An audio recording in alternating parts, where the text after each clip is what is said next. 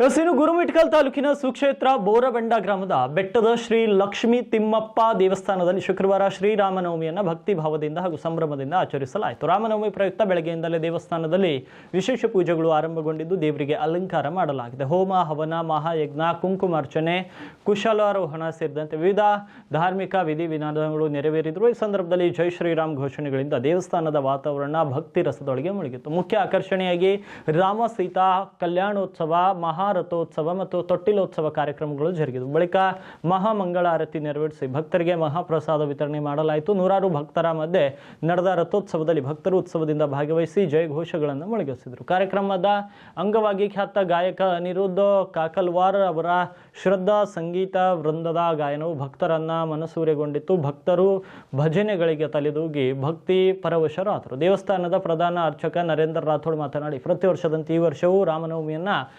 ವಿಜೃಂಭಣೆಯಿಂದ ಆಚರಿಸಲಾಗಿದೆ ಎಂದರು. ಆಂಧ್ರಪ್ರದೇಶ ಮತ್ತು ತೆಲಂಗಾಣ ಸೇರಿದಂತೆ ವಿವಿಧ ಭಾಗಗಳಿಂದ ಸಾವಿರಾರು ಭಕ್ತರು ಆಗಮಿಸಿ ಪೂಜೆಗಳಲ್ಲಿ ಭಾಗವಹಿಸಿರುವುದು ಸಂತಸದ ವಿಷಯವಾಗಿದೆ ಅಂತ ತಿಳಿಸಿದರು. ನಾಡಿನ ಶಾಂತಿ, ಸಮೃದ್ಧಿ ಹಾಗೂ ಜನರ ಕಲ್ಯಾಣಕ್ಕಾಗಿ ಪ್ರತಿ ವರ್ಷ ವಿಶೇಷ ಪೂಜೆ, ಹೋಮ, ಯಜ್ಞಗಳನ್ನು ನೆರವೇರಿಸಲಾಗುತ್ತೆ. ಈ ವರ್ಷ ಭಕ್ತರ ಸಂಖ್ಯೆ ಹೆಚ್ಚಿರುವುದು ದೇವರ ಕೃಪೆಯ ಸೂಚಕವಾಗಿದೆ ಅಂತ ತಿಳಿಸಿದ್ದಾರೆ.